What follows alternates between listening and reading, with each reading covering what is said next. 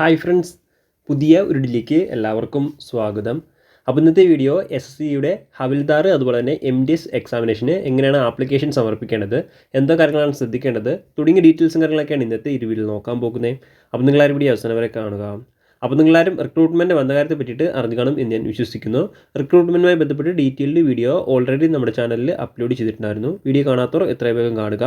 വീഡിയോയുടെ ലിങ്ക് സ്ക്രീനിലും അതുപോലെ തന്നെ ഡിസ്ക്രിപ്ഷൻ ബോക്സിലും നൽകിയിരിക്കുന്നതാണ്. ഇന്നത്തെ ഈ ഒരു വീഡിയോയിലൂടെ ഈ ഒരു എക്സാമിനേഷന് എങ്ങനെയാണ് ആപ്ലിക്കേഷൻ സമർപ്പിക്കേണ്ടത്, എന്തൊക്കെ കാര്യങ്ങളാണ് ശ്രദ്ധിക്കേണ്ടത് തുടങ്ങിയ ഡീറ്റെയിൽസ് ആണ് നോക്കുന്നത്. അപ്പോൾ നിങ്ങളുടെ ഫ്രണ്ട്സ് ആരെങ്കിലും ഈ ഒരു എക്സാമിനേഷന് അപേക്ഷിക്കാൻ ആഗ്രഹിക്കുന്നുണ്ടെങ്കിൽ ഈ ഒരു വീഡിയോ അവരിലേക്കും ഷെയർ ചെയ്ത് കൊടുക്കുക. ഇത്തരത്തിലുള്ള കൂടുതൽ വീഡിയോകൾക്കായി ചാനൽ സബ്സ്ക്രൈബ് ചെയ്യാത്തവർ സബ്സ്ക്രൈബ് ചെയ്യുക. സബ്സ്ക്രിപ്ഷൻ എന്ന ബെല്ലൈക്കനിൽ ഓൾ ഇനേബിൾ ചെയ്താൽ മാത്രമായിരിക്കും ഇത്തരത്തിലുള്ള കൂടുതൽ വീഡിയോസ് നിങ്ങളുടെ ഫോണിൽ നോട്ടിഫിക്കേഷനെ ലഭിക്കുകയുള്ളൂ. അതുപോലെ തന്നെ നമ്മുടെ ടെലിഗ്രാം, വാട്സാപ്പ് ഗ്രൂപ്പിലേക്ക് ജോയിൻ ചെയ്യാൻ ആഗ്രഹിക്കുന്നുണ്ടെങ്കിൽ ജോയിൻ ചെയ്യുക. ലിങ്ക് താഴെ ഡിസ്ക്രിപ്ഷൻ ബോക്സിൽ ഉണ്ടായിരിക്കുന്നതാണ്. നമുക്ക് കാര്യത്തിലേക്ക് കടക്കാം. ഈ ഒരു എക്സാമിനേഷന് അപേക്ഷിക്കേണ്ടത് SSCയുടെ വെബ്സൈറ്റ് വഴിയാണ്. അപ്പോൾ നിങ്ങൾ SSCയുടെ വെബ്സൈറ്റിൽ വൺ ടൈം രജിസ്ട്രേഷൻ അക്കൗണ്ട് ഉള്ളവർക്ക് അക്കൗണ്ടുമായിട്ട് എളുപ്പത്തിൽ അപേക്ഷിക്കാൻ സാധിക്കുന്നതാണ്. അക്കൗണ്ട് ഇല്ലാത്തവർ അക്കൗണ്ട് ക്രിയേറ്റ് ചെയ്ത ശേഷം മാത്രമേ അപേക്ഷിക്കാൻ സാധിക്കുകയുള്ളൂ. അപ്പോൾ ഒഫീഷ്യൽ വെബ്സൈറ്റിൽ പോകാനുള്ള ഡയറക്റ്റ് ലിങ്ക് ഈ ഒരു ആർട്ടിക്കിളിൽ ആഡ് ചെയ്തിരിക്കുന്നതാണ്. അപ്പോൾ ഒഫീഷ്യൽ വെബ്സൈറ്റിൽ പോകാൻ ആഗ്രഹിക്കുന്നവർ ഈ ഒരു ആർട്ടിക്കിൾ ഉപയോഗപ്പെടുത്തുക. ഈ ഒരു ആർട്ടിക്കിളിലെ ലിങ്ക് എന്തായി ഡിസ്ക്രിപ്ഷൻ ബോക്സിൽ ആഡ് ചെയ്തിരിക്കുന്നതാണ്. ഈ ഒരു ആർട്ടിക്കിളിലെ അപ്ലൈ ലിങ്കിൽ ക്ലിക്ക് ചെയ്യുമ്പോൾ നിങ്ങൾക്ക് ഇങ്ങനെ വെബ്സൈറ്റ് കാണാൻ സാധിക്കാം. ഇതാണ് SSCയുടെ ഒഫീഷ്യൽ വെബ്സൈറ്റ്, അതായത് പുതിയ വെബ്സൈറ്റ്. അപ്പോൾ ഈ ഒരു വെബ്സൈറ്റിൽ നിങ്ങൾ one time registration account create ചെയ്തിരിക്കേണ്ടതാണ്. പഴയ വെബ്സൈറ്റിൽ വൺ ടൈം രജിസ്ട്രേഷൻ അക്കൗണ്ട് ഉള്ളവരും ഈ ഒരു വെബ്സൈറ്റിൽ one time registration account create ചെയ്തിരിക്കേണ്ടതാണ്. എന്നാൽ മാത്രമായിരിക്കും നിങ്ങൾക്ക് ഇനിയുള്ള SSCയുടെ റിക്രൂട്ട്മെൻറ്റുകൾക്ക് അപേക്ഷിക്കാൻ സാധിക്കുള്ളൂ. അപ്പോൾ ഇന്നത്തെ ഈ ഒരു വീഡിയോയിലൂടെ ആദ്യം എങ്ങനെയാണ് one time registration account create ചെയ്യുന്നത്, അതിനുശേഷം ആ ഒരു അക്കൗണ്ടിലൂടെ എങ്ങനെയാണ് അപ്ലൈ ചെയ്യുന്നത് എന്നാണ് നോക്കുന്നത്. അപേക്ഷിക്കുന്നതിനായിട്ട് ഈ ഒരു വെബ്സൈറ്റിൻ്റെ വലത്തെ സൈഡിൽ രജിസ്റ്റർ അല്ലെങ്കിൽ ലോഗിൻ എന്നൊരു ഓപ്ഷൻ കാണാൻ സാധിക്കുന്നതാണ്. സോ അതിൽ ക്ലിക്ക് ചെയ്യുക. അപ്പോൾ നിങ്ങൾക്ക് ഇങ്ങനെ ഒരു വെബ്സൈറ്റ് കാണാൻ സാധിക്കാം. അപ്പോൾ ഒരു പോപ്പപ്പ് വിൻഡോ ഓണായി വന്നിട്ടുണ്ട്. അപ്പോൾ നിങ്ങൾക്ക് യൂസർ നെയിമും പാസ്വേഡും ഉണ്ട്, അതായത് വൺ ടൈം രജിസ്ട്രേഷൻ അക്കൗണ്ട് ഉണ്ടെങ്കിൽ നിങ്ങൾക്ക് ലോഗിൻ ചെയ്ത് അപ്ലൈ ചെയ്യാൻ സാധിക്കുന്നതാണ്. അക്കൗണ്ട് ഇല്ലെങ്കിൽ തൊട്ട് താഴെ രജിസ്റ്റർ നൗ എന്നൊരു ഓപ്ഷൻ കാണാൻ സാധിക്കുന്നതാണ്. അതിൽ ക്ലിക്ക് ചെയ്ത് നിങ്ങൾക്ക് രജിസ്റ്റർ ചെയ്ത ശേഷം മാത്രമേ അപേക്ഷിക്കാൻ സാധിക്കുകയുള്ളൂ. അപ്പോൾ എങ്ങനെയാണ് രജിസ്റ്റർ ചെയ്യുന്നത് നോക്കാം. അതിനായിട്ട് രജിസ്ട്രേഷൻ നൗ ക്ലിക്ക് ചെയ്യുക. അപ്പോൾ നിങ്ങൾക്ക് ഇങ്ങനത്തെ വെബ്സൈറ്റ് കാണാൻ സാധിക്കാം. അപ്പോൾ ഇവിടെ new candidate one time registration എന്നൊരു ഓപ്ഷൻ കാണാൻ സാധിക്കുന്നതാണ്. അപ്പോൾ ഇവിടെ എന്തൊക്കെ ഡീറ്റെയിൽസ് ആണ് വേണ്ടത്, അതിൻ്റെ തുടങ്ങിയ ഡീറ്റെയിൽസും കാര്യങ്ങളെല്ലാം ഇവിടെ കാണാൻ സാധിക്കുന്നതാണ്. അതിനുശേഷം താഴത്തേക്ക് വരുമ്പോൾ കണ്ടിന്യൂ എന്നൊരു ഓപ്ഷൻ കാണാൻ സാധിക്കുന്നതാണ്. സോ അതിൽ ക്ലിക്ക് ചെയ്യുക. അപ്പോൾ ഇവിടെ നിങ്ങളുടെ ആദ്യം പേഴ്സണൽ ഡീറ്റെയിൽസും കാര്യങ്ങളൊക്കെയാണ് ചോദിച്ചിരിക്കുന്നത്. അപ്പോൾ ഇതിൽ ഒന്നാമതായിട്ട് ചോദിച്ചിരിക്കുന്നത് ആധാർ കാർഡ് ഉണ്ടോ എന്നാണ്. അപ്പോൾ ആധാർ കാർഡ് ഉള്ളവർ അവിടെ യെസ് എന്ന് കൊടുക്കുക, ഇല്ലെങ്കിൽ നോ എന്ന് കൊടുക്കുക. അതിനുശേഷം തൊട്ട് താഴെ ആധാർ കാർഡിൻ്റെ നമ്പരും എൻ്റർ ചെയ്തിരിക്കേണ്ടതാണ്. അതിനുശേഷം തൊട്ട് താഴെ വെരിഫൈയും ചെയ്തിരിക്കേണ്ടതാണ്. അതിനുശേഷം താഴത്തേക്ക് വരുമ്പോൾ ടൈപ്പ് ഓഫ് ഐഡൻറ്റിഫിക്കേഷൻ ആണ് ചോദിച്ചിരിക്കുന്നത്. അപ്പോൾ ആധാർ കാർഡ് ഇല്ലാത്തവർ ഈ ഒരു സെക്ഷൻ എൻ്റർ ചെയ്തിരുന്നാൽ മതി. ആധാർ ഉള്ളവർ ഈ ഒരു സെക്ഷൻ നിർബന്ധമായിട്ട് വരുന്നില്ല. അതിനുശേഷം താഴത്തേക്ക് വരുമ്പോൾ മൂന്നാമതായിട്ട് ചോദിച്ചിരിക്കുന്നത് നിങ്ങളുടെ പേരാണ്. 10ാം ക്ലാസ്സിലെ സർട്ടിഫിക്കറ്റിൽ എങ്ങനെയാണോ നിങ്ങളുടെ പേര്, ആ ഒരു രീതിയിൽ പേര് എൻ്റർ ചെയ്തിരിക്കേണ്ടതാണ്. അതിനുശേഷം തൊട്ട് താഴെ വരുമ്പോൾ നിങ്ങളുടെ പേര് വെരിഫൈയും ചെയ്തിരിക്കേണ്ടതാണ്. അതിനുശേഷം അടുത്ത നാലാമതായിട്ട് ചോദിച്ചിരിക്കുന്നത് നിങ്ങളുടെ പേര് ചേഞ്ച് ചെയ്തിട്ടുണ്ടോ എന്നാണ്. അപ്പോൾ ചേഞ്ച് ചെയ്തിട്ടുള്ളവർ അവിടെ യെസ് എന്ന് കൊടുക്കുക, ഇല്ലെങ്കിൽ നോ എന്ന് കൊടുക്കുക. അതിനുശേഷം അഞ്ചാമതായിട്ട് ചോദിച്ചിരിക്കുന്നത് ജെൻഡറാണ്. അപ്പോൾ അവിടെ ജെൻഡർ നിങ്ങൾ സെലക്ട് ചെയ്യുക. അതിനുശേഷം അടുത്തായിട്ട് അവിടെ ചോദിച്ചിരിക്കുന്നത് ഡേറ്റ് ഓഫ് ബർത്ത് ആണ്. അപ്പോൾ നിങ്ങളുടെ ഡേറ്റ് ഓഫ് ബർത്ത് അവിടെ എൻ്റർ ചെയ്യുക. അതിനുശേഷം തൊട്ട് താഴെ നിങ്ങളുടെ ഡേറ്റ് ഓഫ് ബർത്ത് വെരിഫൈയും ചെയ്തിരിക്കേണ്ടതാണ്. അതിനുശേഷം അടുത്ത ഏഴാമതായിട്ട് ചോദിച്ചിരിക്കുന്നത് നിങ്ങളുടെ ഫാദേഴ്സ് നെയിം ആണ്. അപ്പോൾ നിങ്ങളുടെ ഫാദറിൻ്റെ പേര് അവിടെ എൻ്റർ ചെയ്യുക. 10ാം ക്ലാസ്സിലെ സർട്ടിഫിക്കറ്റിൽ എങ്ങനെയാണോ നിങ്ങളുടെ ഫാദറിൻ്റെ പേര്, ആ ഒരു രീതിയിൽ വേണം എൻ്റർ ചെയ്യാൻ. അതിനുശേഷം തൊട്ട് താഴെ വെരിഫൈയും ചെയ്തിരിക്കേണ്ടതാണ്. അതിനുശേഷം തൊട്ട് താഴെ നിങ്ങളുടെ മദേഴ്സ് നെയിം ചോദിച്ചിട്ടുണ്ട്. അപ്പോൾ നിങ്ങളുടെ മദറിൻ്റെ പേരും അവിടെ എൻ്റർ ചെയ്യുക. അതിനുശേഷം തൊട്ട് താഴെ വെരിഫൈയും ചെയ്തിരിക്കേണ്ടതാണ്. ഇനി അടുത്തതായിട്ട് ചോദിച്ചിരിക്കുന്നത് 10ാം ക്ലാസ്സിലെ എഡ്യൂക്കേഷൻ ബോർഡാണ് ചോദിച്ചിരിക്കുന്നത്. അതായത് 10ാം ക്ലാസ് ഏതൊരു എഡ്യൂക്കേഷൻ ബോർഡിൻ്റെ കീഴിൽ നിന്നാണ് പഠിച്ച് പാസ്സായിട്ടുള്ളത് എന്നാണ് ചോദിച്ചിരിക്കുന്നത്. അപ്പോൾ നിങ്ങൾ പഠിച്ച് പാസ്സായിട്ടുള്ള ബോർഡ് ഏതാണോ ആ ഒരു ബോർഡ് അവിടെ സെലക്ട് ചെയ്യുക. അതിനുശേഷം തൊട്ട് താഴെ വെരിഫൈയും ചെയ്തിരിക്കേണ്ടതാണ്. അടുത്ത 10ാമതായിട്ട് ചോദിച്ചിരിക്കുന്നത് 10ാം ക്ലാസ്സിലെ എക്സാമിനേഷൻ്റെ റോൾ നമ്പറാണ്. അപ്പോൾ അത് നിങ്ങളുടെ സർട്ടിഫിക്കറ്റിൽ ഉണ്ടായിരിക്കുന്നതാണ് ആ ഒരു റോൾ നമ്പർ. അവിടെ റോൾ നമ്പർ എൻ്റർ ചെയ്യുക.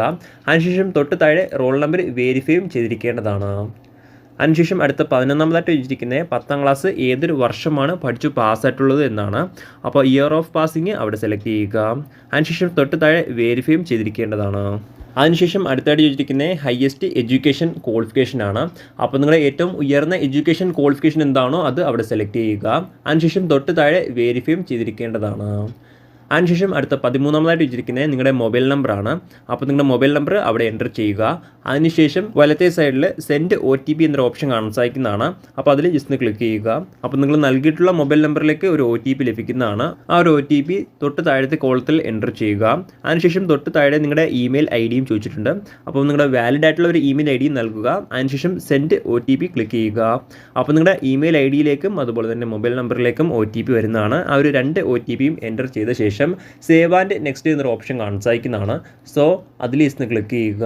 അപ്പോൾ നിങ്ങൾക്ക് ഇങ്ങനെ ഇന്റർഫേസ് ആയിരിക്കും കാണാൻ സാധിക്കാം. ഇവിടെ സക്സസ് എന്ന് കാണാൻ സാധിക്കുന്നതാണ്. അപ്പോൾ നിങ്ങളുടെ പേഴ്സണൽ ഡീറ്റെയിൽസും കാര്യങ്ങളെല്ലാം സക്സസ്ഫുള്ളി സബ്മിറ്റ് ചെയ്തിരിക്കുന്നതാണ്. അതിനുശേഷം അവിടെ ഓക്കെ നൽകുക. ഓക്കെ നൽകുമ്പോൾ ഇങ്ങനെ ഇന്റർഫേസ് ആയിരിക്കും കാണാൻ സാധിക്കുക. അപ്പോൾ ഇവിടെ നിങ്ങളുടെ രജിസ്ട്രേഷൻ നമ്പർ കാണാൻ സാധിക്കുന്നതാണ്. ഈ ഒരു രജിസ്ട്രേഷൻ നമ്പർ ജസ്റ്റ് നോട്ട് ചെയ്ത് വെക്കുക. അതിനുശേഷം താഴെ കുറച്ച് നോട്ട്സ്, അതായത് ഇൻസ്ട്രക്ഷൻസ് നൽകിയിട്ടുണ്ട്. അപ്പോൾ ആ ഒരു ഇൻസ്ട്രക്ഷൻ ജസ്റ്റ് ഒന്ന് വായിച്ചു വെക്കുക. അതിനുശേഷം താഴത്തേക്ക് വരുമ്പോൾ കണ്ടിന്യൂ എന്നൊരു ഓപ്ഷൻ കാണാൻ സാധിക്കുന്നതാണ്. സോ അതിൽ ജസ്റ്റ് ക്ലിക്ക് ചെയ്യുക. അപ്പോൾ നിങ്ങൾ നൽകിയിട്ടുള്ള മൊബൈൽ നമ്പറിലേക്കും അതുപോലെ തന്നെ ഇമെയിലിലേക്കും നിങ്ങളുടെ രജിസ്ട്രേഷൻ നമ്പറും അതുപോലെ തന്നെ ഒരു ടെമ്പററി പാസ്വേഡും ലഭിക്കുന്നതാണ്. ആ ഒരു ടെമ്പററി പാസ്വേഡും അതുപോലെ തന്നെ രജിസ്ട്രേഷൻ നമ്പറും ഈ ഒരു സെക്ഷനിൽ എൻ്റർ ചെയ്യുക. അതിനുശേഷം ക്യാപ്ച കോഡ് എൻ്റർ ചെയ്ത് സൈൻ ഇൻ ക്ലിക്ക് ചെയ്യുക. അപ്പോൾ നിങ്ങൾക്ക് ഇങ്ങനെ ഇന്റർഫേസ് ആയിരിക്കും കാണാൻ സാധിക്കാം. അപ്പോൾ ഇവിടെ നിങ്ങളുടെ പാസ്വേഡ് ചേഞ്ച് ചെയ്യാനാണ് ആവശ്യപ്പെട്ടിരിക്കുന്നത്. അതിനായിട്ട് നിങ്ങൾ ആദ്യം രജിസ്ട്രേഷൻ നമ്പർ അവിടെ എൻ്റർ ചെയ്യുക. അതിനുശേഷം ഓൾഡ് പാസ്വേഡ്, അതായത് നിങ്ങളുടെ മൊബൈൽ നമ്പറിലേക്ക് വന്നിട്ടുള്ള ആ ഒരു പാസ്വേഡ് ആ ഒരു സെക്ഷനിൽ ആദ്യം ആദ്യത്തെ ഓൾഡ് പാസ്വേഡ് എന്ന സെക്ഷനിൽ എൻ്റർ ചെയ്യുക. അതിനുശേഷം ന്യൂ പാസ്വേഡ് എന്നൊരു ഓപ്ഷൻ കാണാൻ സാധിക്കുന്നതാണ്. അപ്പോൾ അവിടെ നിങ്ങൾ നിങ്ങളുടെ SSCയുടെ അക്കൗണ്ടിൽ നൽകാൻ ഉദ്ദേശിക്കുന്ന പാസ്വേഡ് അവിടെ നൽകുക. അതിനുശേഷം തൊട്ട് താഴെ ആ ഒരു പാസ്വേഡ് കൺഫേമും ചെയ്തിരിക്കേണ്ടതാണ്. അതിനുശേഷം താഴത്തേക്ക് വരുമ്പോൾ 2 സെക്യൂരിറ്റി ക്വസ്റ്റ്യൻസ് ആവശ്യപ്പെട്ടിട്ടുണ്ട്. അപ്പോൾ 2 സെക്യൂരിറ്റി ക്വസ്റ്റ്യൻസും അവിടെ സെലക്ട് ചെയ്ത് ആൻസർ ചെയ്യുക. അതിനുശേഷം താഴത്തേക്ക് വരുമ്പോൾ സേവ് ആൻഡ് നെക്സ്റ്റ് എന്നൊരു ഓപ്ഷൻ കാണാൻ സാധിക്കുന്നതാണ്. സോ അതിൽ ക്ലിക്ക് ചെയ്യുക. അപ്പോൾ ഇവിടെ നിങ്ങൾക്ക് സക്സസ് എന്ന് കാണാൻ സാധിക്കുന്നതാണ്. പാസ്വേഡ് റീസെറ്റും സക്സസ്ഫുള്ളി കംപ്ലീറ്റ് ചെയ്തിരിക്കുന്നതാണ്.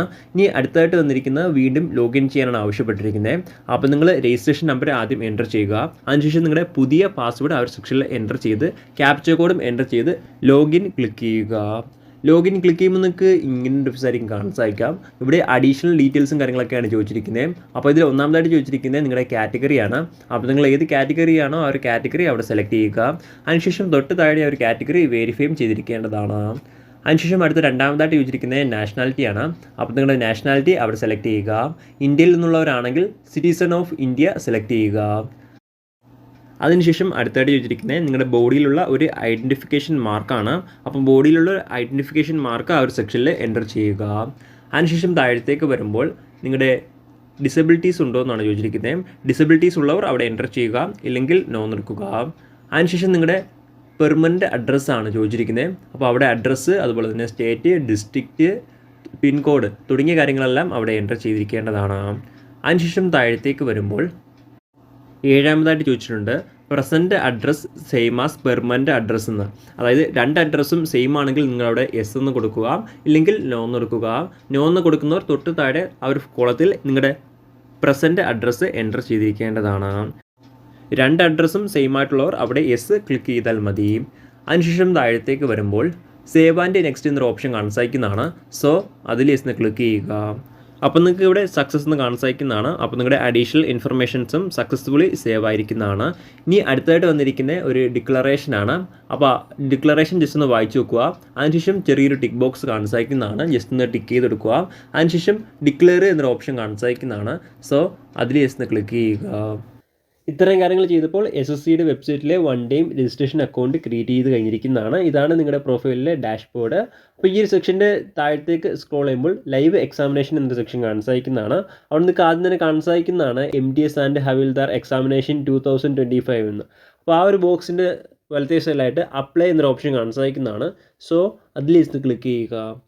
അപ്പോൾ നിങ്ങൾക്ക് ഇങ്ങനെ ഇന്റർഫേസ് ആയിരിക്കും കാണാൻ സാധിക്കാം. ഈ ഒരു സെക്ഷനിൽ കുറച്ച് ഇൻസ്ട്രക്ഷൻസും കാര്യങ്ങളൊക്കെയാണ് തന്നിരിക്കുന്നത്. അപ്പോൾ ഈ ഒരു കാര്യങ്ങളെല്ലാം നിങ്ങൾ കറക്റ്റായിട്ട് തന്നെ വായിച്ചു നോക്കുക. അതിനുശേഷം താഴത്തേക്ക് വരുമ്പോൾ ഫിൽ ഫോം എന്നൊരു ഓപ്ഷൻ കാണാൻ സാധിക്കുന്നതാണ്. സോ അതിൽ ക്ലിക്ക് ചെയ്യുക. അപ്പോൾ നിങ്ങൾക്ക് ഇങ്ങനെ ഇന്റർഫേസ് ആയിരിക്കും കാണാൻ സാധിക്കാം. ആദ്യം നിങ്ങളുടെ പേഴ്സണൽ ഡീറ്റെയിൽസും കാര്യങ്ങളൊക്കെയാണ് വന്നിരിക്കുന്നത്. നിങ്ങൾ ഓൾറെഡി എൻ്റർ ചെയ്തിട്ടുണ്ടെങ്കിൽ ഈ ഒരു ഡീറ്റെയിൽസും കാര്യങ്ങളെല്ലാം ഓട്ടോമാറ്റിക്കായിട്ട് വരുന്നതാണ്. അപ്പോൾ ഇതെല്ലാം നിങ്ങൾ ജസ്റ്റ് ഒന്ന് വെരിഫൈ ചെയ്തെടുക്കുക. അതിനുശേഷം ഏറ്റവും താഴത്തേക്ക് സ്ക്രോൾ ചെയ്യുമ്പോൾ നെക്സ്റ്റ് എന്നൊരു ഓപ്ഷൻ കാണാൻ സാധിക്കുന്നതാണ്. സോ അതിൽ ജസ്റ്റ് ക്ലിക്ക് ചെയ്യുക. അപ്പോൾ നിങ്ങൾക്ക് ഇങ്ങനൊരു വെബ്സൈറ്റ് കാണാൻ സാധിക്കാം. ഈ ഒരു സെക്ഷനിൽ നിങ്ങളുടെ എഡ്യൂക്കേഷൻ ക്വാളിഫിക്കേഷൻ്റെ ഡീറ്റെയിൽസ് ആണ് ചോദിച്ചിരിക്കുന്നത്. ആദ്യം ഇവിടെ ഹയസ്റ്റ് എഡ്യൂക്കേഷൻ ക്വാളിഫിക്കേഷൻ ആണ് ചോദിച്ചിരിക്കുന്നത്. അപ്പോൾ നിങ്ങളുടെ ഹയസ്റ്റ് എഡ്യൂക്കേഷൻ ക്വാളിഫിക്കേഷൻ ഇവിടെ സെലക്ട് ചെയ്യുക. അതിനുശേഷം തൊട്ട് താഴെ നിങ്ങളുടെ 10ാം ക്ലാസ്സിൻ്റെ ഡീറ്റെയിൽസ് ആണ് വന്നിരിക്കുന്നത്. അപ്പോൾ ഈ ഒരു കാര്യങ്ങളെല്ലാം നിങ്ങൾ കറക്റ്റ് ആണോ എന്ന് വെരിഫൈ ചെയ്യുക. അതിനുശേഷം ഏറ്റവും താഴത്തേക്ക് സ്ക്രോൾ ചെയ്യുമ്പോൾ അവിടെ പേഴ്സൻറ്റേജ് എൻ്റർ ചെയ്യാൻ ആവശ്യപ്പെട്ടിട്ടുണ്ട്. അല്ലെങ്കിൽ CGP ആണെങ്കിൽ CGP എൻ്റർ ചെയ്യാൻ ആവശ്യപ്പെട്ടിട്ടുണ്ട്. അപ്പോൾ പേഴ്സൻറ്റേജ് ആണെങ്കിൽ അവിടെ പേഴ്സൻറ്റേജ് എൻ്റർ ചെയ്യുക. അതല്ല CGP ആണെങ്കിൽ അത് അവിടെ എൻ്റർ ചെയ്യുക. അതിനുശേഷം സേവ് ആൻഡ് നെക്സ്റ്റ് എന്നൊരു ഓപ്ഷൻ കാണാൻ സാധിക്കുന്നതാണ്. സോ അതിൽ ക്ലിക്ക് ചെയ്യുക. അപ്പോൾ നിങ്ങൾക്ക് ഇങ്ങനൊരു വെബ്സൈറ്റ് കാണാൻ സാധിക്കാം. ഈ ഒരു സെക്ഷനിൽ അഡീഷണൽ ഇൻഫർമേഷൻസ് ആണ് ചോദിച്ചിരിക്കുന്നത്. ആദ്യമായിട്ട് ചോദിച്ചിരിക്കുന്നത് എക്സ് സർവീസ്മെൻ ആണോ എന്നാണ്. ആയിട്ടുള്ളവർ അവിടെ എസ് എന്ന് കൊടുക്കുക, ഇല്ലെങ്കിൽ നോ എന്ന് കൊടുക്കുക. അടുത്തായിട്ട് അവിടെ ചോദിച്ചിരിക്കുന്നത് ഏജ് റിലാക്സേഷൻ വേണമോ എന്നാണ്. വേണ്ടവർ അവിടെ എസ് എന്ന് കൊടുക്കുക, ഇല്ലെങ്കിൽ നോ എന്ന് കൊടുക്കുക. എസ് എന്ന് കൊടുക്കുന്നവർ അതിൻ്റെ കോഡും കാര്യങ്ങളെല്ലാം അവിടെ സെലക്ട് ചെയ്യേണ്ടതാണ്. ഇനി അടുത്ത 23ാമതായിട്ട് ഒരു ചെറിയൊരു ചോദ്യം ചോദിച്ചിട്ടുണ്ട്. അപ്പോൾ അതിൽ വേണമെങ്കിൽ നിങ്ങൾ എസ് നൽകുക, അല്ലെങ്കിൽ നോ എന്ന് നൽകുക. അതിനുശേഷം തൊട്ട് താഴെ സേവ് ആൻഡ് നെക്സ്റ്റ് എന്നൊരു ഓപ്ഷൻ കാണാൻ സാധിക്കുന്നതാണ്. സോ അതിൽ ക്ലിക്ക് ചെയ്യുക. അപ്പോൾ നിങ്ങൾക്ക് ഇങ്ങനൊരു വെബ്സൈറ്റ് കാണാൻ സാധിക്കാം. ഈ ഒരു സെക്ഷനിൽ അഡീഷണൽ ഇൻഫർമേഷൻസ് ആണ് ചോദിച്ചിരിക്കുന്നത്. അപ്പോൾ ഇതിൽ ആദ്യം നിങ്ങൾ എക്സാമിനേഷൻ സെൻറ്റർ സെലക്ട് ചെയ്യാനാണ് ആവശ്യപ്പെട്ടിരിക്കുന്നത്. കേരളത്തിലും എക്സാമിനേഷൻ സെൻറ്റർ ഉണ്ടായിരിക്കുന്നതാണ്. ആകെ 3 എക്സാമിനേഷൻ സെൻറ്ററിൻ്റെ പ്രിഫറൻസ് ആണ് നിങ്ങൾക്ക് നൽകാൻ സാധിക്കുക. അങ്ങനെ നിങ്ങൾ 3 എക്സാമിനേഷൻ സെൻറ്ററിൻ്റെ പ്രിഫറൻസും നൽകുക. അതിനുശേഷം തൊട്ട് താഴെ എക്സാമിനേഷൻ്റെ ലാംഗ്വേജ് ചോദിച്ചിട്ടുണ്ട്. അതായത് ഏത് മീഡിയത്തിൽ വേണം കമ്പ്യൂട്ടർ ബേസ്ഡ് എക്സാമിനേഷൻ എന്ന് ചോദിച്ചിട്ടുണ്ട്. അപ്പോൾ നിങ്ങൾക്ക് വേണ്ട ലാംഗ്വേജ് ഏതാണോ അത് ഇവിടെ സെലക്ട് ചെയ്യുക. എക്സാമിനേഷൻ നിങ്ങൾക്ക് മലയാളത്തിലും അറ്റംപ്റ്റ് ചെയ്യാൻ സാധിക്കുന്നതാണ്. അതിനുശേഷം തൊട്ട് താഴെ അത് വെരിഫൈയും ചെയ്തിരിക്കേണ്ടതാണ്. അതിനുശേഷം താഴത്തേക്ക് വരുമ്പോൾ ഫിസിക്കൽ ലിമിറ്റേഷൻസ് ഉണ്ടോ എന്നാണ്. അതായത് 26.3 ചോദ്യമാണ്. അപ്പോൾ ഉണ്ടെങ്കിൽ അവിടെ എസ് എന്ന് കൊടുക്കുക, ഇല്ലെങ്കിൽ നോ എന്ന് കൊടുക്കുക. അതിനുശേഷം താഴത്തേക്ക് വരുമ്പോൾ നിങ്ങളുടെ പ്രിഫറൻസ് നൽകാനാണ് ആവശ്യപ്പെട്ടിരിക്കുന്നത്. ഇവിടുന്ന് കാണാൻ സാധിക്കുന്നതാണ് ഓരോ നമ്പറിനനുസരിച്ചിട്ട് ഓരോ സ്റ്റേറ്റുകളും അതുപോലെ തന്നെ MTS ആണോ അതുപോലെ തന്നെ ഹവിൽദാർ ആണോ എന്ന് കൃത്യമായിട്ട് നിങ്ങൾക്ക് അവിടെ കാണാൻ സാധിക്കുന്നതാണ്.